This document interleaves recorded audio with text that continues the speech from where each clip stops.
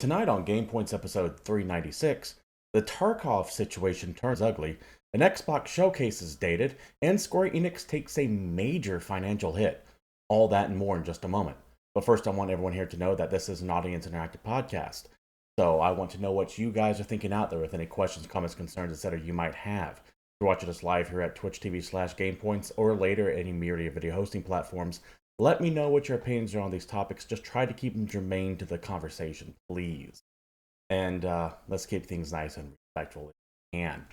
All right, first up, this escape from Tarkov situation that seems to have really inflamed the player base of that game. Now, admitting this right up front, I am not a Tarkov guy. I'm not even an extraction shooter kind of guy. I don't think I've played Tarkov ever. I have a minimal experience with Hunt or Hunt the Showdown. But when it comes to extraction shooters, it is just not my kind of game. I am not good at them. I understand that a lot of people love them. More power to you. So if I get something wrong here, please tell me all about it. But what I do know is fuckery. And the developers of Tarkov seem to be doing some serious fuckery going on right now, and that is what I want to talk about. Now, for those that don't know what the hell Escape from Tarkov is, it came out in 2017 and has essentially been in perpetual early access since then. That's right, it's one of those games that never really seemed to come out. Not as bad as Star Citizen, but it's certainly getting long in the tooth. Now, what kicked all of this off is that there was a version of Escape from Tarkov you could buy into called the Edge of Darkness Edition. Ran a little bit higher than the base game itself. It was $150. But the point we want to focus here in on is if you bought this edition, you were promised that all future DLC for the game would be included. $150, a very high entry price. But if you really love the game, might be something you want to go ahead and do, especially if it's a game that's going to be around for years and years and years. Save money up from higher cost up front, save money in the long run kind of situation. Well, that edition, the Edge of Darkness edition, was finally removed from sale at the start of this year, 2024. And then, a few days ago, a new edition was announced. And with that, we go ahead and turn to Forbes here. This article, as well as all the other ones we're talking about, will be posted in the link down below, in the description rather, down below, as well as over on our Discord server, which you can go and take a look at them, read to your heart's content. I always suggest you. Headline from Forbes. Escape from Tarkov fans are outraged as new $250 pay-to-win edition. And it's more than just that. So, keep in mind this is also on the heels of years of questionable decisions from the Tarkov devs, allegations of money mismanagement, allegations of class action lawsuits starting to be formed. There are rumors that they're trying to rush the game out into 1.0 so that way they can just kind of abandon it afterwards. All those are rumors, but this has been kind of simmering in the background and is now starting to boil over with this latest controversy here. So, back to the Forbes article here. Earlier today, the Unheard Of edition from Escape of today being last week. Earlier today, the Unheard Of edition of Escape from Tarkov was announced as part of the latest patch, promising brand new player versus environment mode and other bonuses. That edition has launched. Fans are not happy with the bonuses it gives and the massive $250 price tag. Now, it's easy to point at Star Citizen and go, at least it's not that, with its stupid, $14,000 ship packs or anything like that. But $250 is still an outrageous ask, and especially when you realize what this comes with. Even as someone who doesn't play the game, I can look at it and go, that's broken. That is actually pay to win at that point. And we'll get into those details in a second. Good to have you, by the way, CT Bass. And why would they do that? We'll speculate as we go on in this story. The first issue fans have is that the player versus environment mode for Tarkov is exclusive to those who buy the new edition. This is despite the fact that anyone who purchased the old Edge of Darkness edition was promised all future DLC content as part of the Season Pass, which you would think would include this mode. Now, the developers have said, well, this isn't DLC, this is a brand new game mode. A distinction without a goddamn difference. It is part of the game, it is being added to the game, it is content that you download. Literally the definition of downloadable content. Now they have eased back on this, and we'll get into that in a little bit, but I'll tell you why I think they've eased back a touch on that specific aspect. But the rest of it is still enough to rightfully upset some fans. Going on to the article. A lot of fans who have the EOD edition are rightfully very annoyed that they now have to grade from the EOD edition, which costs $100. Admittedly, they're not forcing you to pay $250. If you paid the $150 VOD, you make up the difference, you get access to this. I still think it's wrong. It's like I said earlier, fucky, but it could be much worse. I digress. In order to play it. However, some posts on the official Discord have tried to explain why BSG, the developer of Battlescape Games, I believe, thinks that this is not DLC. They said the following at first. This ain't DLC. It's a unique feature of the edition added, said Discord user AppLazor, who is the lead community manager at Battlestate Games for Escape from Tarkov. DLC means additional downloadable content. PvE is a feature in a game mode, they added another message. Just because you will want it to become a DLC wouldn't mean it is one. The featured game mode for a new edition of the game. Right, we'll get into that in a bit. We'll dig a little bit deeper into that in a bit. The other major issue fans have been complaining about is the big in-game bonuses players of new edition will get. While other editions of the game give some bonuses, so far none have been major factors when on the map or in fighting with other players. The closest is extra loot they get at the start of a wipe. Every now and then this game servers wipe. Everyone goes back to 0 and start over again with some passives involved that give you a little bit of an edge on top. Which we'll get into in a moment. We'll get into right now, actually. However, this new edition includes more space to store loot on the map, improved skills at the start of a wipe, and a bonus where AI scavs will not shoot at any of them if they have over 6 reputation levels with defense.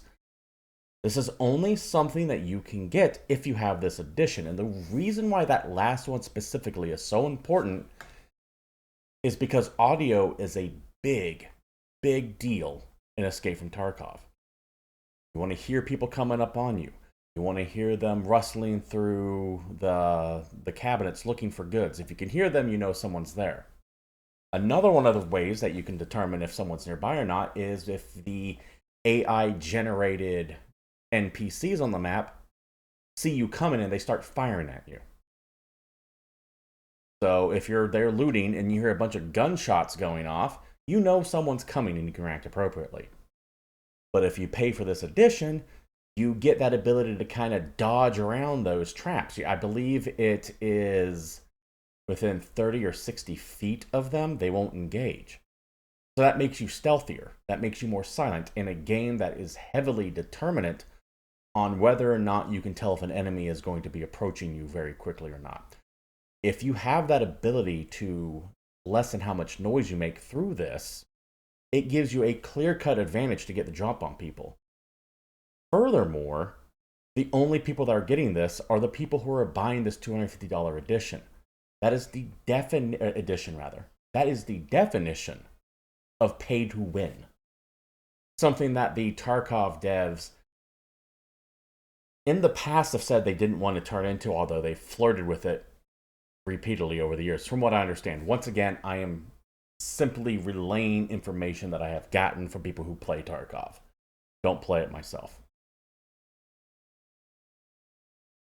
Once you dip a toe into that play-to-win pool, or pay-to-win pool, rather, it becomes very hard to come back out of it because the lure of having people just throw money at you to have an advantage is high for a lot of people.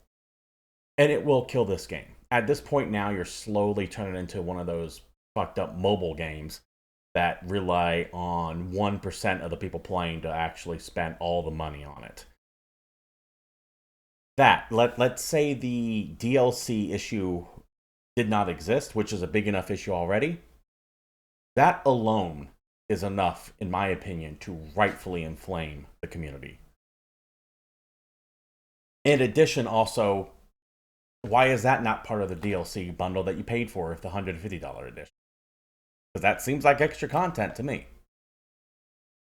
Going on with the article. These, along with some of the other bonuses, have led to the edition to be labeled Play to Win, and I believe rightfully so. Players who buy it expect to have a big advantage over those who don't have it, especially after the start of the wipe, because once again, the wipe happens, everyone's stats go to 0, except for certain passive bonuses, of which these are part of. It's not a full wipe. It strikes me as kind of like when you die in a roguelike and you have certain permanent stat buffs. Strikes me as one of those. The reaction from the new edition has been so negative that all but 3 of the channels in the Escape for Tarkov Discord server have been silenced, with users not able to post in them. Moderators on the game's subreddit are also waiving the rule that prevents multiple posts about the same topic, saying that they are just as livid about this situation as you. So our Tarkov has control of their Discord group, and they can champ down on criticism there. The subreddit is not under their control, and the moderators are like, yo, no, yeah, fucking let loose. This is horrendous, and we should know about it. Now, the devs have been backtracking non-stop with the updates, and it doesn't seem to be actually helping the situation much. If you go to the bottom of the article here, they originally came out and said on their Twitter account, no, we're not really going to be changing anything. Then they backed up on that, and they said that they'll give owners the edge, that they are going to be allowing people who bought the Edge of Darkness edition to have access to the PvE mode for free, but it's going to be rolled out over the course of 6 months. I'm sorry, but only for 6 months, after which the mode will return to being exclusive to $250 Unheard Of edition.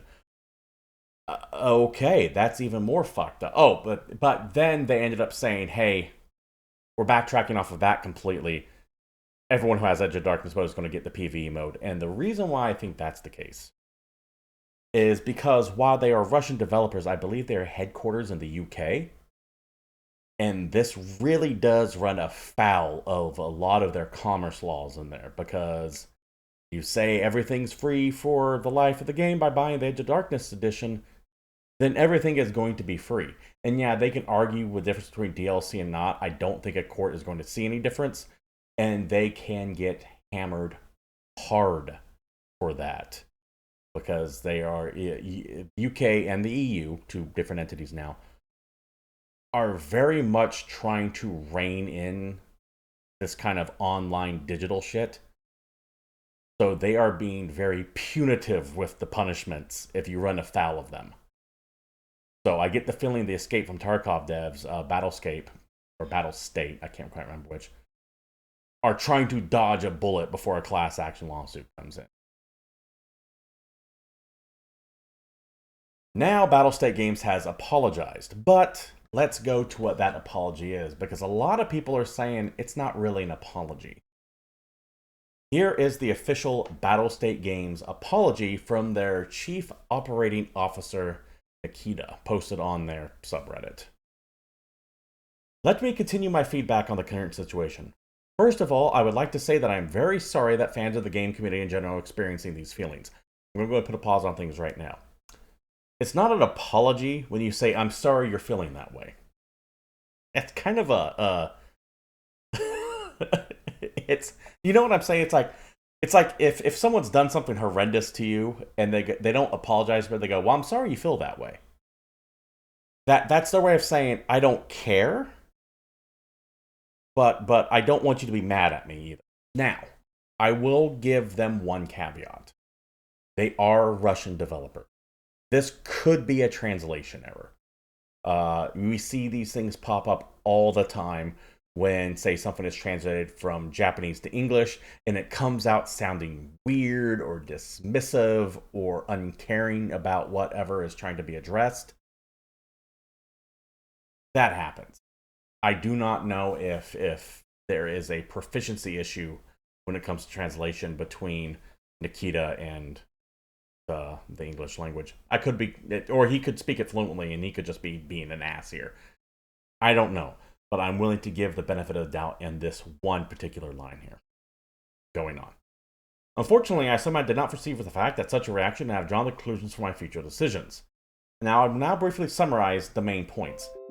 There's also that extremely formal way of talking that tends to happen when you translate something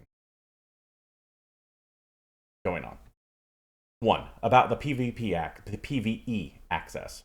We've decided to open it for EOD owners for free, but we'll do it in waves. As I said before, we don't have server capacity right now. We want to start this process as soon as possible.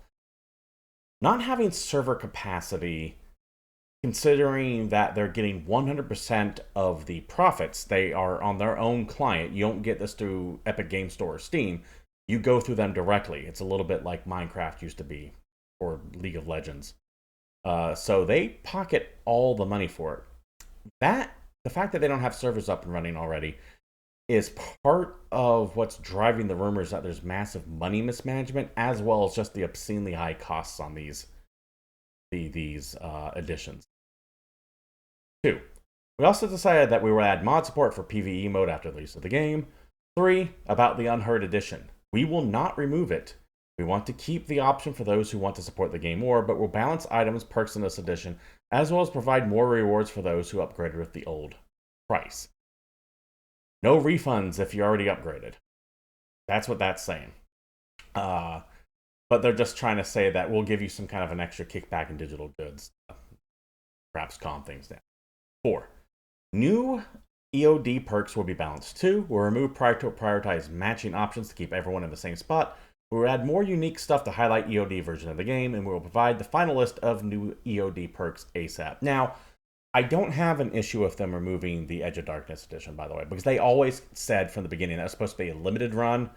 That limited run turned out to be many years, from what I understand.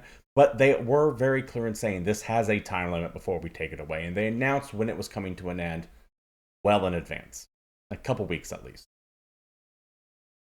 5, we will continue to work on patches, new content, and events in the game release itself no matter what. Thank you for your time, love, and hate, and thank you for your increased attention to the current situation, Nick. Point 5 is something that's also getting a little bit of contention in the fans of this game as well, because as I was mentioning earlier, there seems to be a feeling that they're trying to rush out 1.0 so they can bounce. So they can just be like, okay, game's finished, goodbye, we're going to work on something else now, have fun. I don't know the veracity of those claims. I'm just telling you the feedback that I'm getting from people who actively play Tarkov. And it seems to be like this is an albatross around Battlestate Games' neck at this point, weighing them down. And I get it. It's been in early access since 2017. I think as early as 2016 for some closed betas. That's 8 years of live development. Probably 10 if you figure that they were working on it a couple years before they ended up selling copies to the public. That's a decade of working on the same project. I get that they're wanting to wrap things up, and that might be seeping out into their messaging, and they're like, no, we want to get this out so we can move on to other things, and people might be misinterpreting it as they just want to wrap it up to screw people over. Conversely, they could just be wanting to wrap it up to screw people over. Charging these weird prices, making these questionable decisions certainly does not look good. All I'm saying is maybe have a little bit of an open mind when it comes to the intention behind what they're saying. Look at what they're doing. And what they're doing certainly isn't good. So, this seems to have had a major effect. A lot of big Tarkov streamers are just not streaming the game anymore. They're looking toward other options, Hunt Showdown being one of them. I think there's a new game called Gray Zone or Gray something out there that they're kind of starting to look at as well, even though it's not necessarily all that great. Tarkov is in a little bit of a powerful position because when it comes to extraction shooters, they are the granddaddy of it. They have a good chunk of the market, a high player base, and the next game below, like the second game in the extraction shooter category on Twitch is only a fraction of the viewers. So they have a huge chunk of the extraction shooter fan base because they're really the only game in town for now. I personally think you're going to see a glut of extraction shooters coming out. I think, for example, with Division Heartland, I think that's going to get reworked to become an extraction shooter. You're seeing Call of Duty work some extraction shooter things. I get the very distinct feeling that extraction shooters are going to become the next Battle Royale style game. We're on the verge of them exploding, and I think, knock on wood, if I had to take a guess, if I was a betting man, as it were, that a lot of companies are working on their own extraction shooter right now. They just haven't necessarily announced yet. I think that they don't want to show their hand, lest their competition go, okay, we have until that time to rush this out. So I think everyone's trying to play their cards close to the chest. And when we do start hearing the big boys announcing their extraction shooters, including Marathon, by the way, but Bungie's its own weird little thing. But Marathon might have some issues before it comes out with, or Bungie might have some issues rather, before Marathon drops. I think there's a lot of these games waiting in the wings, very close to release, and no one wants to talk about them until they can get it out the door in like 6 months. I think that Tarkov's days are numbered from just an outsider looking in perspective. This is what I have seen before. When a game of a new genre comes out, it grows really big. It's the only game in town. Then the player base starts getting pissed off at it. And there's a lot of other hungry devs, including the bigger boys, Activision, EA, Microsoft, Sony, waiting in the wings to swoop down and pick up your idea, enhance it, and put it in a nice, shiny AAA package with all the power those names have behind it and put it out there and smack your ass down. If you're not able to keep the goodwill of your player base, they will flee your game the moment a viable alternative is presented. And it's only a matter of time before one is shown. And they're already being nipped at the heels a little bit. Like I said, Hunt Showdown, Gray Zone, for better or worse. No king rules forever. And I think Tarkov, that could be part of what's going on. They could see the writing on the wall. They might know that they only have maybe another year before one of the big boys releases their extraction shooter. At the very least, when Marathon comes out, they might be trying to squeeze as much money as they can before that happens. Who knows? Anyways, that's just my opinions on it. Let me know what you guys think down there. Like I said, I don't play extraction shooters, so this is, once again, just an outsider's perspective looking at just the businessy side of things, the customer relation side of things. As far as mechanics go, as far as competition, I only have what other people are telling me on it. So please, let me know if I missed anything. Taking a hard turn to another topic coming up, Microsoft has announced their Xbox Game Showcase coming Sunday, June 9th. Essentially, these are the E3 presentations without E3 anymore, but they've been doing this even when E3 was up and running. Hey there, Dirk is Rad. Let's see. Your favorite part of response from Tarkov devs. You feel that way. Yeah, it's that backhanded compliment, right? It's like anyone who hears that, that's why I think there might be a translation issue, because there's no way you can say that without sounding like an asshole. But hey, who knows? Anyways, Xbox Game Showcase coming out June 9th. This is their E3 show, just without an E3. They're doing these once a year now. It might be wrapped into Keighley's Summer Game Fest or whatever IGN has going on at that time. They are going to be showcasing for the first time, as well as Microsoft first party stuff, but all the Activision Blizzard stuff as well. They've held back on that the past few years because of the regulatory issues going through that were keeping them from finalizing that deal. Now they can actually pull them fully under the Xbox brand and go, this is what we're working on for everything. It's also getting followed up with a redacted direct, but motherfuckers, that is Call of Duty Black Ops. Don't be coy about it. Just say it's Black Ops. We all know it's Black Ops. Unless they're doing some kind of weird mindfuckery, and I don't think that they are, there's no way that isn't Call of Duty Black Ops, especially the whole redacted motif. Just say what it is. To their little Xbox Wire post.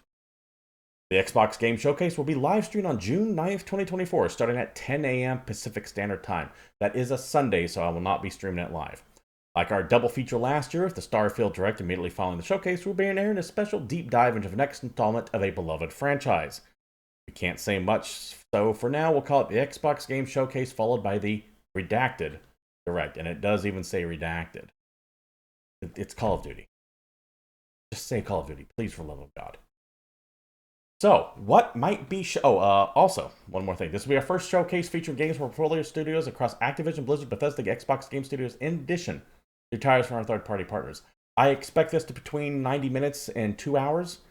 A nice, meaty, chunky show, like they typically do for this not E3 time. And I'm probably going to call it E3 until I'm old and gray, but we'll see.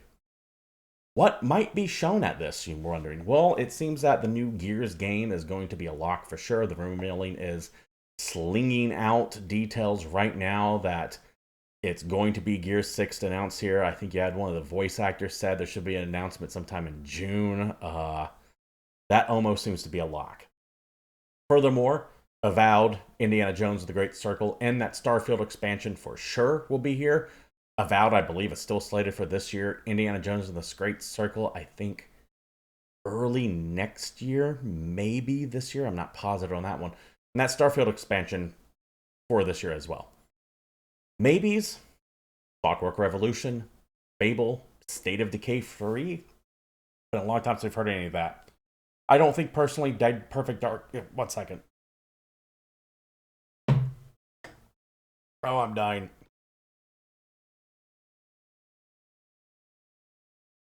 I apologize. I had a tick in my throat. I tried to swallow it. It wasn't having any of it. I personally don't think Perfect Dark will make an appearance here. I think that game is dead, especially considering that Crystal Dynamics was working on it, and that seems to be a studio in turmoil with who owns what. The biggest question I have is, are they going to capitalize on Fallout's newfound success with the TV show?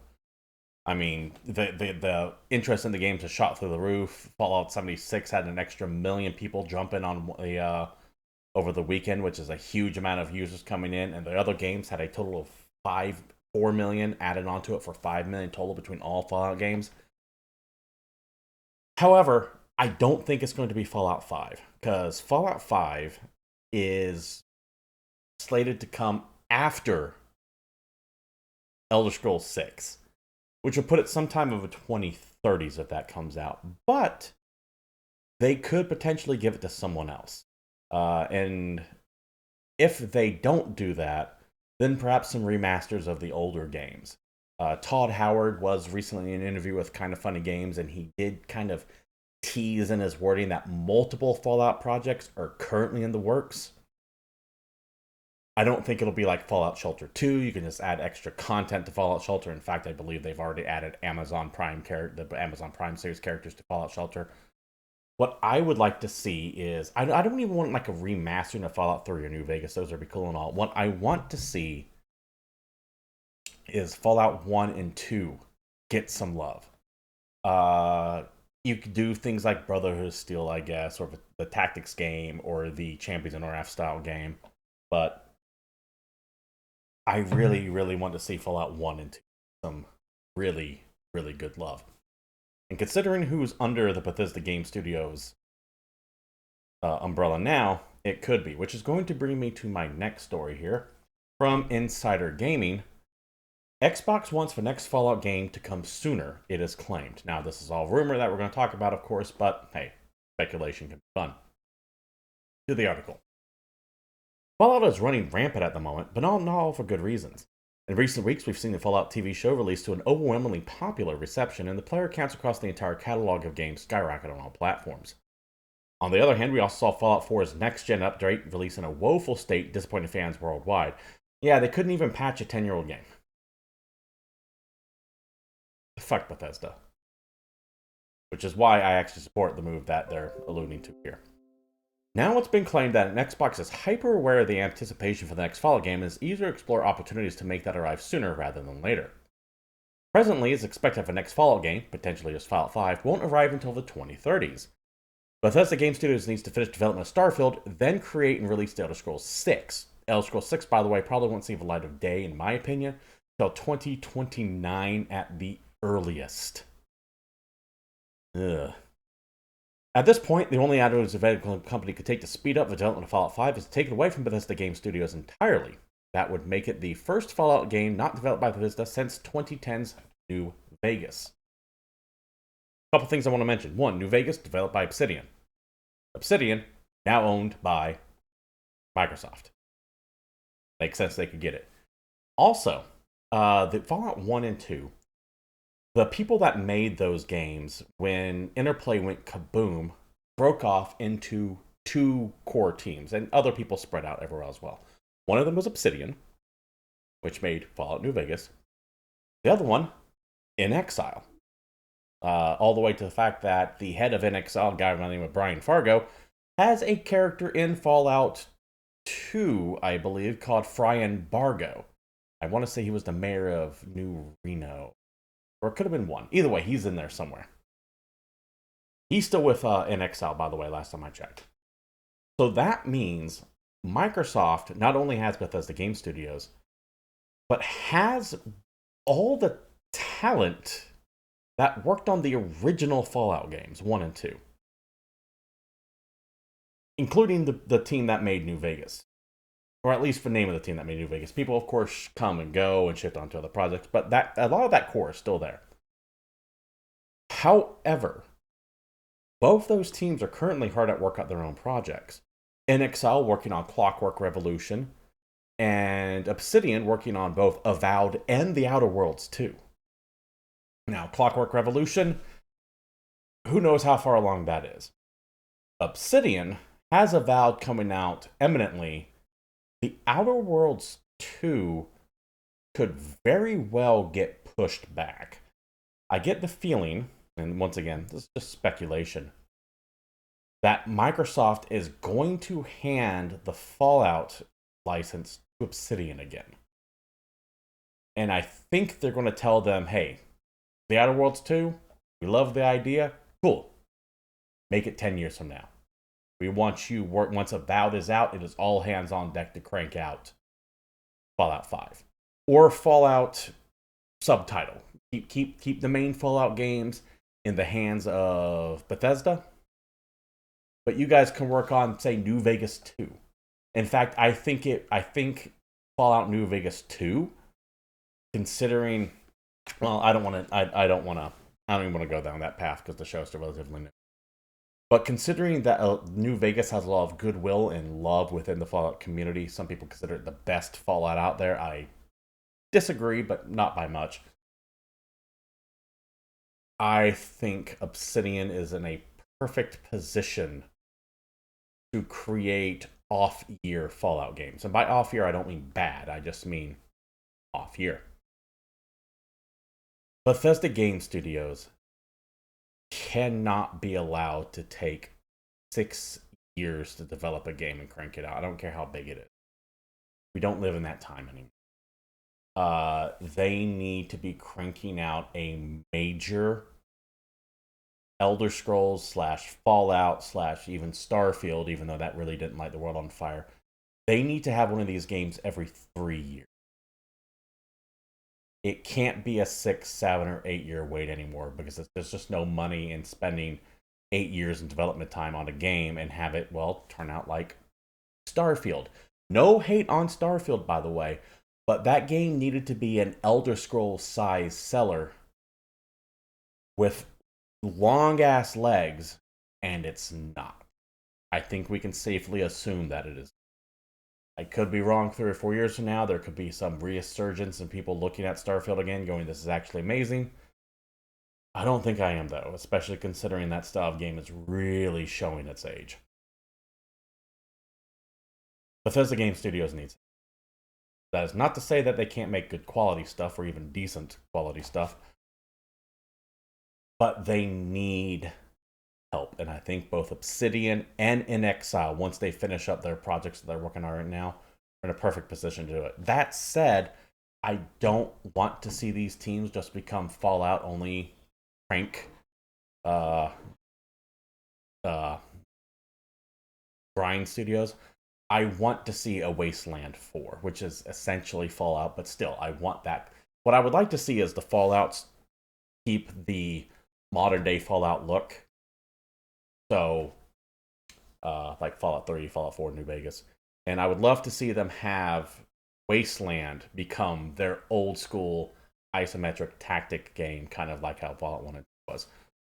Yeah, I don't want them banished to the Fallout mines. Yeah, Dirk is right. Don't go mining for uranium forever. I want to see you flex that muscle some, and I don't want NXL to go into that either. What I want from NXL is it. I want someone to buy the Arcanum license and give it to NXL. I don't know who has Arcanum right now, but I want NXL to make an Arcanum game. I don't know if that'll ever. But I do think that will at least be teased with some Fallout stuff at that Xbox Games Conference coming June. It won't be anything concrete. It'll be like a logo of something. Because they're just now going like, oh shit, this caught us off guard. We need to get all hands on deck on it. So it's going to be a while before we see anything really develop from it. But I am confident to say that there will be some Fallout style announcement at that Xbox Game Showcase. My gut says if not remasters of Fallout 3 New Vegas and maybe some updated Fallout 1 and 2, maybe all of them. But that is what I would like to see. Let me know what you think down below. All right. One more big story for the day, and then one more little tiny layoff news. But next up, we go to IGN here. Final Fantasy maker Square Enix takes a $140 million hit in content abandonment losses as it revives games pipeline. That ain't good. To the article. Square Enix has revised its approach to PC and console games development and absorbed a approximately $140.9 million in what it calls content abandonment losses. In a warning to the investment community, the Japanese company said it would recognize the extraordinary loss for the fiscal year ending March 2024. This is a result of a change in approach to Square Enix's development of what it calls HD video games, which are PC and console as opposed to mobile and MMO. In its note, the company said it wants to be, quote, more selective and focused in the allocation of development resources, end quote. And as a result of close examination of its development pipeline with this in mind, it's taking a multi-billion-dollar loss. That means, that weird Valkyrie Profile spin-off game that came out, whose name I can't remember, and then you had like that weird Harvestella game, and they all kind of released within 3 months of each other, and they had like 8 different releases. All that's gone. They're not going to make those games anymore. That's how I read this. They're going to focus on core mainstays that they know can generate money. Here's the statement from Square Enix in full, by the way. Where is it? Where is it? There it is. At the meeting convened on March 27, 2024, the Board of Directors in Square Enix Holdings Limited voted, in light of myriad changes underway in environment surrounding the group, to revise the group's approach to the development of high-definition games with the intention of being more selective and focused to the allocation of development resources. As a close examination of the group's development pipeline undertaken in keeping with the revised approach, the company expects to recognize approximately 22.1 billion yen in content abandonment losses on its books for the fiscal year ending March 2024. In February, by the way, Square Enix had forecast full-year sales of approximately 2.3 billion, which is supposed to be up 16.8 over the previous financial year, but a predicted profit would be flat. Square Enix said it was carefully reviewing its forecast to assess any impact from the write-down. So they eventually told people, hey, we're going to be up. Now they're saying, we're just going to eat this loss right now and just get it off of our books and just be done with it. Square Enix does not seem to be doing too good with their major releases either, which is a little concerning considering. Which is also one of the reasons why I hear talk about Sony maybe buying them as well, in my opinion. Still rumors, but that was kind of being kicked around. To the article once again. Square Enix released a major title, Final Fantasy VII Rebirth, in February, but it has yet to announce a sales figure. By the way, one of my maxims on this show, if a company's numbers are good, they won't shut up about it. If they're bad, you won't hear a dime from it. So, you won't hear a word from it. You won't hear a word about it. So the fact that they have yet to say how much Final Fantasy VII Rebirth has sold is probably not a good sign. Back to the article. Some analysis suggested that it struggled, a topic IGN recently investigated. We're probably going to get some details about that coming tomorrow, so keep an eye out for that. Other games released in the current financial year include Final Fantasy XVI, which also did not set sales figures on fire from what I understand, Final Fantasy Pixel Remasters, and the Splatoon-style game Foam Styles, another kind of DOA game, it seems. Dawntrail, the expansion for the ongoing MMO Final Fantasy XIV, launches next financial year in late June. That should be a huge seller. Square Enix also has Kingdom Hearts 4 and the third game of the Final Fantasy Remake trilogy and Dragon Quest 12 in the works, and I can imagine them being the only games that they're doing, aside from smaller releases like the Pixar Masters. You might see... I've always been convinced they've been holding a Chrono Trigger remaster in their back pocket in case of emergency. Well, this is that time. Square Enix is in trouble. Taking a look at chat here. That's a draft for Square. They wanted games that sold millions to have sold tens of millions. It's pretty bad plan on their part. Yeah, their budgets grew out of control on these things, where even if it were to sell 5 or 6 million, it would be a disappointment, which is insane to think about. But like in the case of Final Fantasy 16, there's no way that game's budget was shoestring. They spent a lot of money on that, and they're hoping the Final Fantasy name was able to generate more sales than it did. And to be clear, 16 is my favorite Final Fantasy in a decade. I think it's the best since 10. I loved 16. But a big hindrance is their commitment to being only on PlayStation. I don't think that's going to be the case for much longer. I think that I know that you're starting to see some of their bigger games make their way to PC a year or two after launch. I think that you're going to start seeing Square Enix titles coming to PC and Xbox day of. I don't think they're interested in exclusivity anymore. I don't think Sony can pay for exclusivity anymore. You're already seeing grumblings at Square Enix about, hey, we need to put games on PC. And they started to grow closer ties with Xbox as well. This idea of console exclusivity with a third party is very much going the way of the dodo. You're going to see Final Fantasy, maybe not Final Fantasy, this Final Fantasy VII Remake, Rebirth. You're not going to see that third chapter on PC day and launch. But Dragon Quest 12, probably PC when it comes out. Kingdom Hearts 4, at the very least, it's going to be on Xbox, maybe even Switch when it comes out. I don't see this weird relationship they have with Sony lasting much longer. They can't afford it anymore. They need to get their games out on as many platforms as humanly possible. And this is not a fanboy talking. I don't even own an Xbox. I own a PlayStation 5. I'm primarily a PC gamer. But I can see the writing on the wall. The only exclusives you're going to be seeing on consoles for the foreseeable future, in my opinion, are going to be ones made by the first parties themselves. So studios that either Sony, Nintendo, or Microsoft own. And even then, especially in Microsoft's case, you're going to start seeing them possibly pop up on other systems. And for damn sure, in Sony's case with MLB The Show, on Microsoft platforms.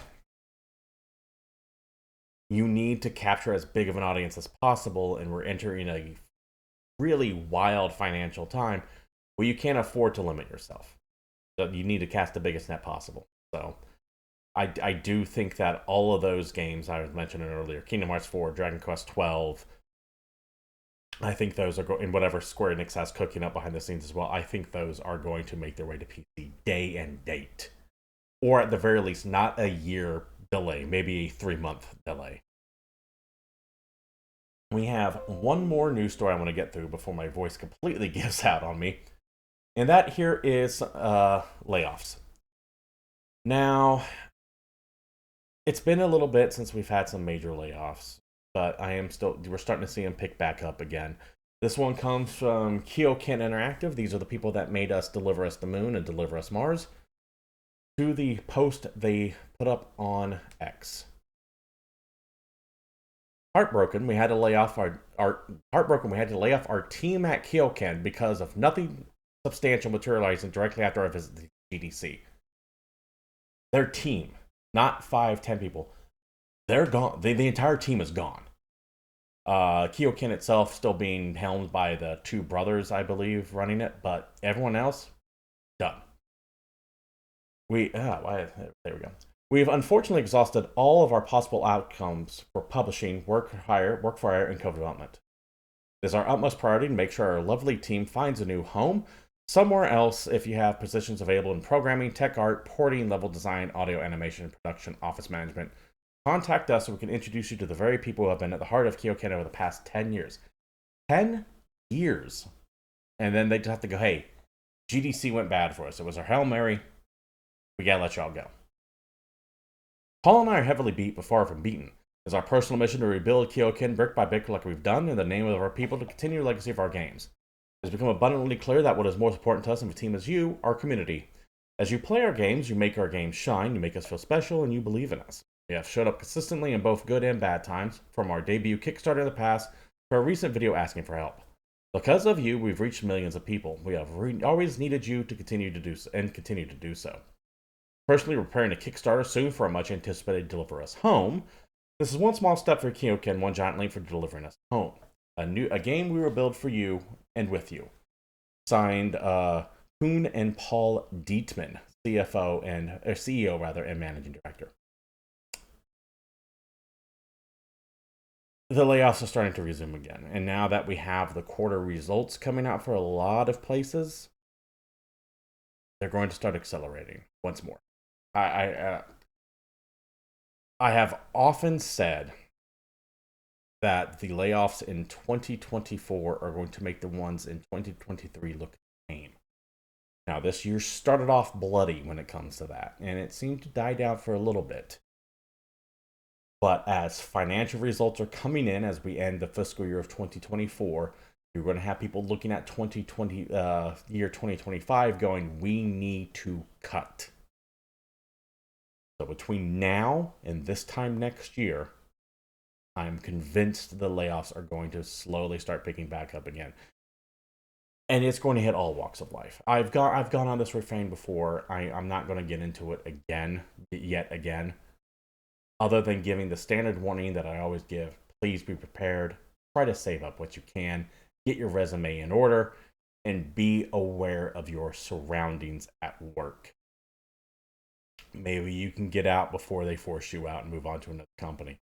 Be prepared to wake up on a Monday and suddenly not have a job anymore. CD Boz, I don't even know if big publishers... It's a matter of survival right now.